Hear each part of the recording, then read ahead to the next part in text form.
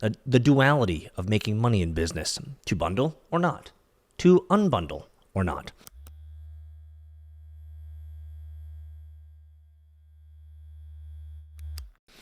Hello, Internet friends. Let's talk about bundling or unbundling. Frankly, there's nothing new under the sun. One of my favorite venture capitalists of all time, Marc Andreessen, once said, "There are only two ways to make money in business. One is to bundle, the other is to unbundle." While he credits his former colleague Jim Barksdale, the idea has resonated with me for almost a decade when I first heard it in 2014. While the process is not unidirectional, both bundling and unbundling play crucial roles in making money in business in our technological age. My current project, Garage ID, is exactly this, and we're using Agile and Scrum to ensure that we're quickly building the right bundle for the automotive and motorsport world. We've chosen to combine. The automotive world is fractured, and we aim to change this. And so I wrote a couple ideas in my latest Agile VC Substack, some high-level considerations for any startup when it comes to bundling or unbundling. And certainly these are the mental gymnastics that we're going through as we're building out our project here at Garage ID, as well as our Kickstarter campaign, which I highly suggest that you guys check out, and we'd love your support. So 3 things on bundling versus unbundling. The digital age, number 1, when it comes to bundling and unbundling in our digital age, is that our digital age has witnessed a significant emphasis on unbundling, where traditional products and institutions are disaggregated into individual components. Examples include the transformation of music CDs into individual MP3 tracks and the unbundling of newspapers through blogs and topic-specific news sites. Digital education startups are now attempting to unbundle the traditional university model, reflecting on a broader trend across various industries to reevaluate and redefine traditional bundled offerings in education. I think this is an amazing idea. As most universities, as some of you guys have seen me tweet about in the past, I think most universities are scams these days.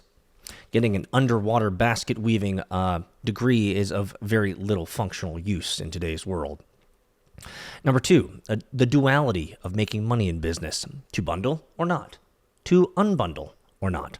This perspective sheds light on the dual nature of business strategies, where companies must choose between combining products and services into cohesive bundles or breaking them apart into individual offerings. This bundling and unbundling approach is not limited to the digital age, but has actual historical roots. Barksdale shares a memorable quote from a roadshow during Netscape's public offering, this was back in the 90s, emphasizing the idea that these principles have been relevant for decades. And number 3, technological evolution and business restructuring. So not only is the technological landscape changing, but we as businesses must change with those. Technological advancements drive the emergence of new bundles and the dissolution of existing ones. For example, changes in distribution technology led to the unbundling of newspapers, and the advent of the internet facilitated the unbundling of music CDs and, subsequently, the larger metagame of data. Data has been unbundled now. The cable industry, or what I like to call the legacy media, is another example, where debates about bundling versus unbundling are prevalent. The ease of digital unbundling challenges traditional bundled cable offerings, leading to the rise of over-the-top systems delivering single-shot, unbundled content. We still have a long way to go, like Netflix, Disney+, Hulu, and more, and they're not perfect because you can't get everything you need. What we really want is a marketplace where I can merely select the shows that I like for a single fee. That is where we need to move to. And so, consumer preferences are always changing, right? And our quest here at Garage ID and the venture fund that we run here is to bundle the right functionality for the automotive and motorsport world, and it's been absolutely fascinating. Currently, the user landscape is used to siloed applications and leveraging a suite of disparate systems. While this has worked as a function of market needs, users are getting fatigued managing multiple systems. This has been one of the biggest results of feedback with our early-stage users. The dynamic and cyclical nature of business, where companies must adapt to technological changes by reevaluating their bundled and unbundled offerings, is imperative to listen to the users and their needs. Successful companies are those that choose to navigate the delicate balance between bundling and unbundling, recognizing that both strategies are integral to the ever-changing landscape of business and technology. I would go as far as to say that it may be a powerful strategic advantage to review one's product offering at least twice a year to consider whether to bundle more features or unbundle, reducing waste, is necessary. Might say twice a year might not be enough. Maybe quarterly, every 3 months, it would be worth checking out and considering, do we need to remove some waste? Do we need to remove some chaff? Are functions actually not being used? For example, we've all used Microsoft Excel. We all probably use less than 1% of the total features. This isn't to say that Excel isn't a powerful tool for the pro users, but the majority of users don't care about the power tools. They just want functionality that's 3 things. It works, it's valuable, and it's easy. To ensure 80% functionality usage rate is almost impossible. To get close is always the goal. You can do this in your personal life as well. Retrospection on optimizing life is always a worthy time spent. It is my hope that all of us can reduce waste, optimize life for fullness of experiences, and ensure our lives are not wasted doom scrolling social media.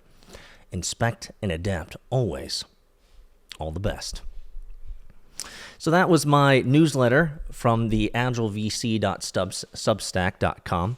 Some ideas and thoughts around bundling and unbundling. Certainly, we here at Garage ID are bundling the best functions and features that are not currently available to the automotive and motorsport world. Specifically, even more so, any type of racer or driver or owner of a machine in your garage. As you guys have heard me say before, if it's in your garage, it should be in Garage ID. This is a large, all-encompassing vision, and our goal is to not build chaff. Our goal is to not build waste. And so our user feedback and feedback from individuals like you guys have been absolutely essential and crucial to us honing in on the right functionality and features. Now, we're not perfect yet, and we have a long way to go. So let us know. Let us know your feedback. I'd love for you guys to check out GarageID.com as well as our Kickstarter campaign. We are 3 weeks in. And actually, this was the reason for the post. We're 3 weeks in. We're like 70% there to our goal. Help us? Appreciate it. Hammer down, my friends.